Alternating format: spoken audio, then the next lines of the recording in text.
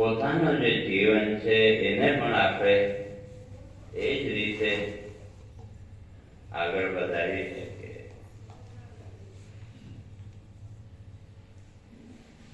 અને એની જે શિક્ષાઓ છે એ શિક્ષાઓ પ્રમાણે જીવનનો વર્તન આપણો થાય અને એનાથી આપણો જીવન પણ ઉપર ઉઠે. એના માટે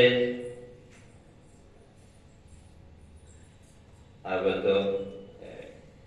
અને જ્યાં સુધી નિર્વાણ શબ્દ છે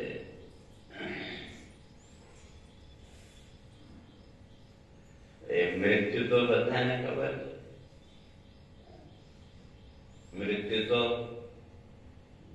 આ સંસારમાં કોઈ વસ્તુ સાચી હોય કે નહીં હોય તો મૃત્યુ તો જીવનનો સત્ય છે. પણ જે નિર્વાણ શબ્દ છે આ નિર્વાણ શબ્દનો પ્રયોગ બધા માટે નથી થતો. તો જ્ઞાનીઓ જે છે એના માટે નિર્વાણ શબ્દનો પ્રયોગ થાય. તો નિર્વાણ એટલે શું? બૌદ્ધ દર્શનમાં નિર્વાણ શબ્દનો અર્થ કર્યો છે નિર્ગતમ વાનમ દુઃખમ યસ્માત. વાન એટલે દુઃખ, અને દુઃખ એટલે જાતનો હોય જીવનમાં.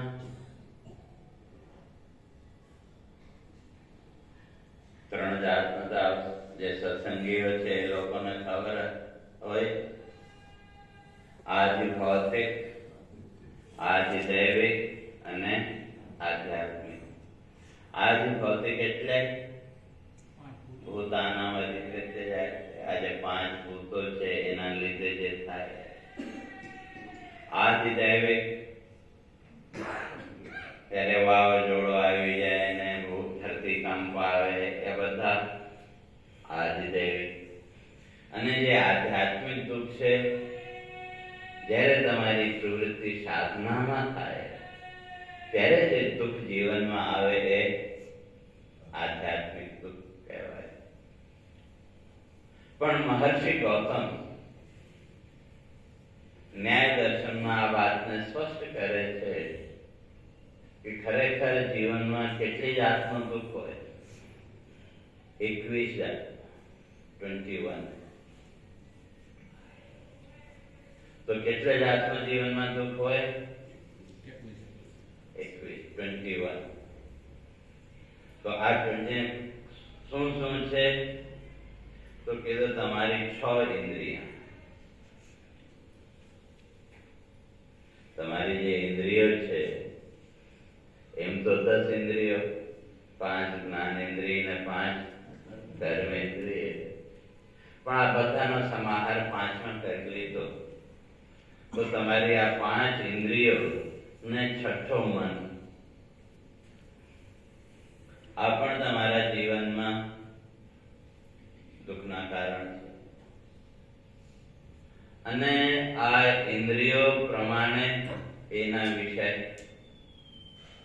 દરેક ઇન્દ્રિયનો પોતપોતાનો વિષય હોય કે રૂપ, રસ, શબ્દ, ગંધ, સ્પર્શ. એ દરેક ઇન્દ્રિયનો એક એક વિષય હોય. તો એટલે 6 ઇન્દ્રિયો. તો આ 6 ઇન્દ્રિયોનો ના વિષય કેટલા થાય? 6. તો કેટલા થઈ ગયા? 12. અને 6 જાતની બુદ્ધિ.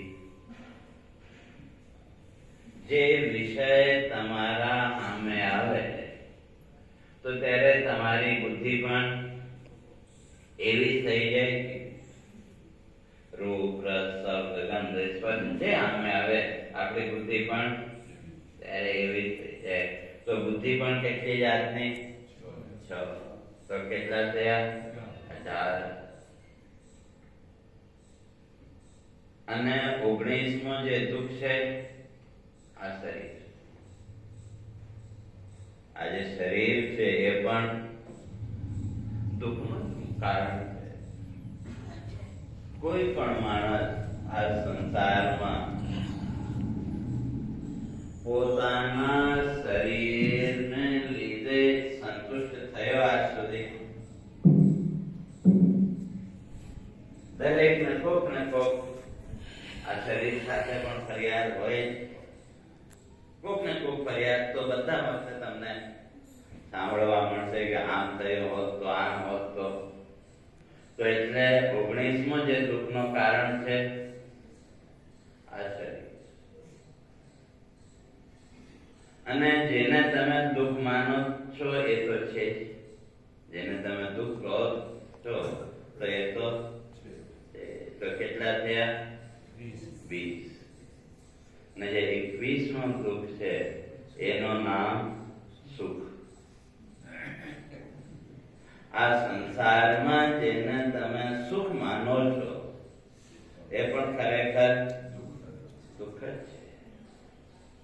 કેમ કે એ સુખને પ્રાપ્ત કરવા માટે તમને દુઃખ સહન કરવું પડે કે નહીં? તમે દુઃખ સહન કરો તો જ થોડું સુખ મળે. પણ એ પણ કેટલી વાર માટે?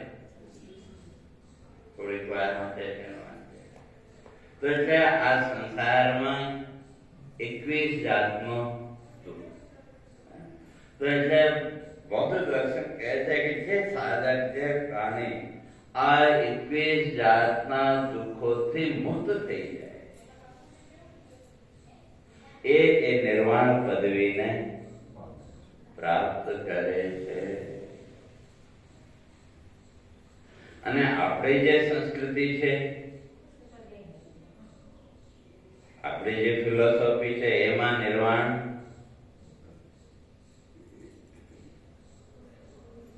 આ તમારા જે શરીર છે તો કેટલા શરીર? 3.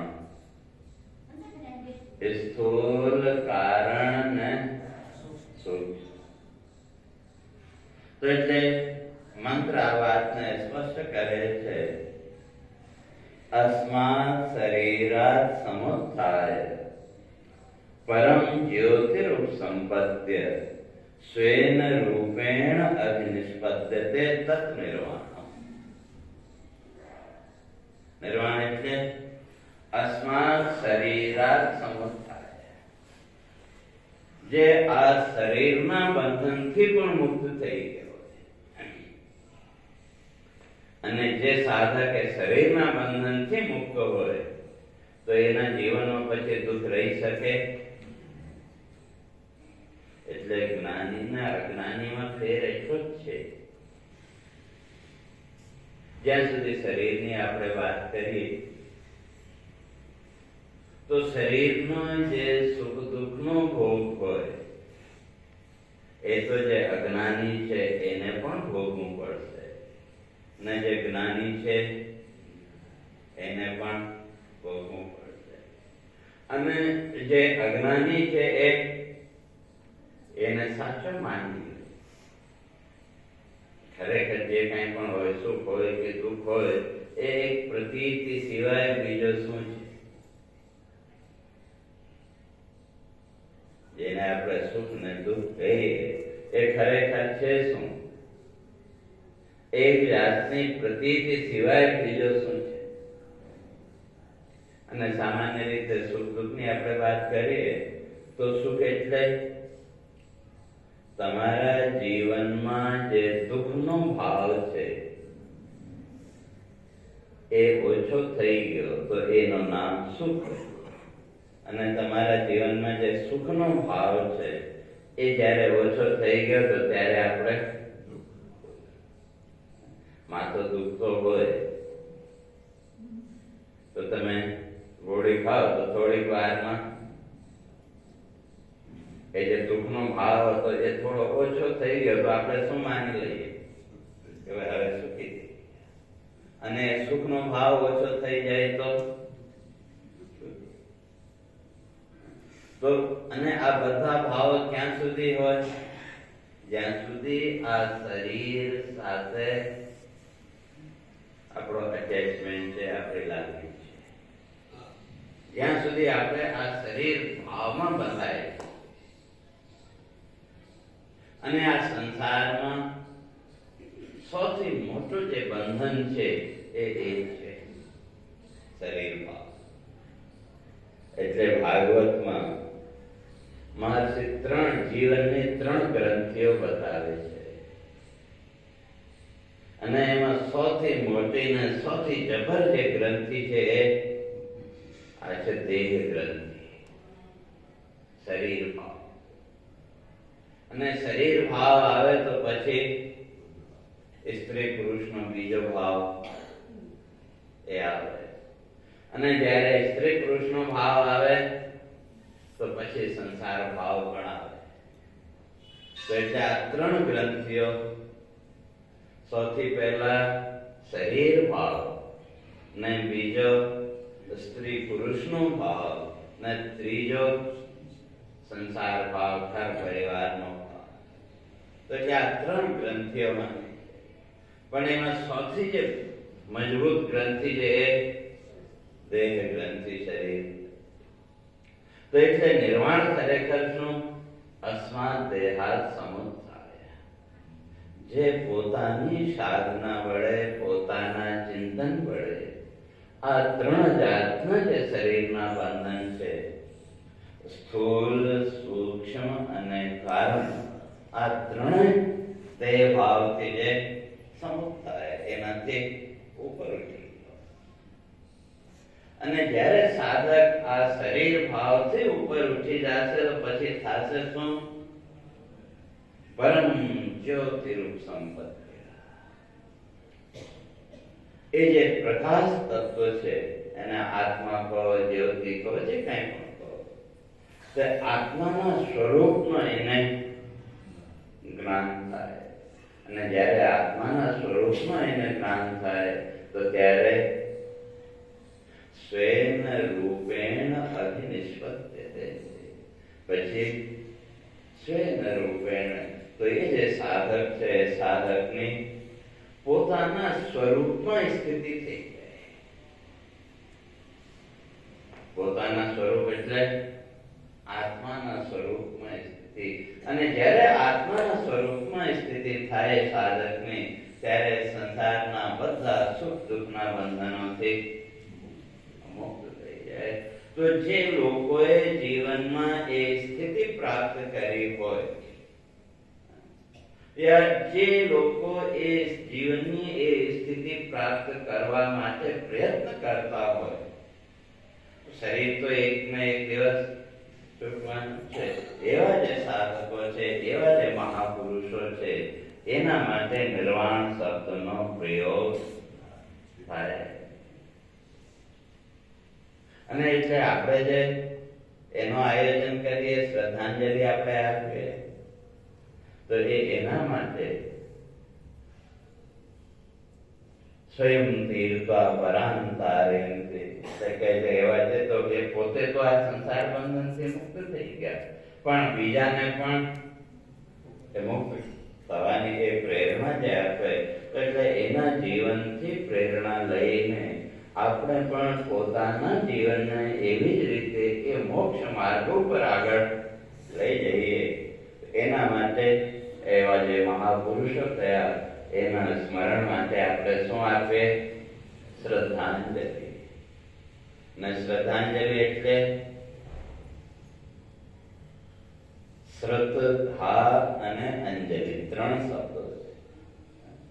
શ્રુતમ સત્યમ, શ્રદ્ધા કહો. તો એ સામાન્ય રીતે અર્થ કરીએ શ્રદ્ધાંજલિ એટલે શ્રદ્ધાની અંજલિ.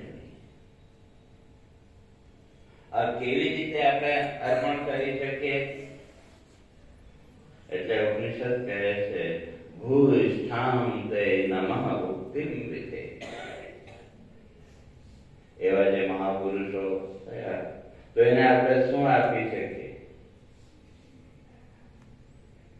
આપણે તો કઈ એવી સામર્થ છે નહીં, પણ નમઃ ભુક્તિમ, એને આપણે નમસ્કાર તો કરી શકીએ. એવી રીતે તમે મંદિરમાં જાઓ છો તો ભગવાનને તમે શું આપી શકો? પણ એના માટે શ્રદ્ધાપૂર્વક એના સામે માથું તો નવાઈ શકાય કે. તો એટલે નમઃ એ મહાપુરુષો માટે પોતાના ભાવોની જે અંજલિ છે, અને કઈ શ્રુતમ જે સત્ય છે જીવનનો, એ સત્યને ધારણ કરનારા જે મહાપુરુષો છે એના પ્રત્યે આપણે પણ પોતાની જે શ્રદ્ધાંજલિ, પોતાના જે ભાવ છે એ કેવી રીતે નમઃ એને નમન કરવા માટે, એનું ચિંતન કરવા માટે આપણે જે આપીએ એનું નામ શ્રદ્ધાંજલિ. અને આજે આપ સૌને ખબર છે સ્વામીજીની બીજી પુણ્યતિથિ. એમ તો તિથિ પ્રમાણે તો એ દત્ત જયંતિ હતી તે દિવસે, અને આ વર્ષે તિથિ પ્રમાણે એ દત્ત જયંતિ આવશે 26 તારીખ, ને તારીખ પ્રમાણે 18 ડિસેમ્બર હતી. તો એટલે ગયા વર્ષે આપણે નક્કી કર્યો હતો કે અહીંયા જામનગર આશ્રમમાં જે શ્રદ્ધાંજલિ ને પુણ્યતિથિનો જે કાર્યક્રમ છે એ દર વર્ષે આજના દિવસે 18 તારીખમાં, અને પહેલા જ્ઞાન યજ્ઞ પણ ડિસેમ્બરમાં થતો હતો, તો એટલે જ્ઞાન યજ્ઞ પણ એના સાથે જોડી દીધો. તો એટલે જ્ઞાન યજ્ઞ અને શ્રદ્ધાંજલિનો જે કાર્યક્રમ છે દર વર્ષે એ જ રીતે થવાનો છે 16, 17 ને 18. અને બાકી તો જે સત્સંગનો જે કાર્યક્રમ પહેલા જે ચાલતો હતો તો કાલથી એ ચાલુ થશે. પણ આ વખતે એવો વિચાર કર્યો છે કે બે ટાઈમ નહીં, તો પહેલા એક વખત સાંજે 5 થી 6 કાલેથી સત્સંગ એ શરૂ થશે.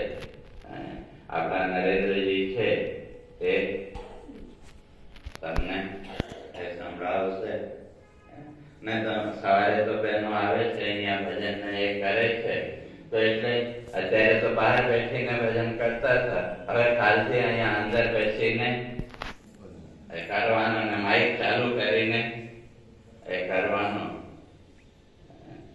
તો અહીંયાની પણ પવિત્રતા થાય, અહીંયા પણ સંસ્કારોનું પવિત્રીકરણ થાય, ને તમને બેસવાની સગવડ પણ સારી મળે.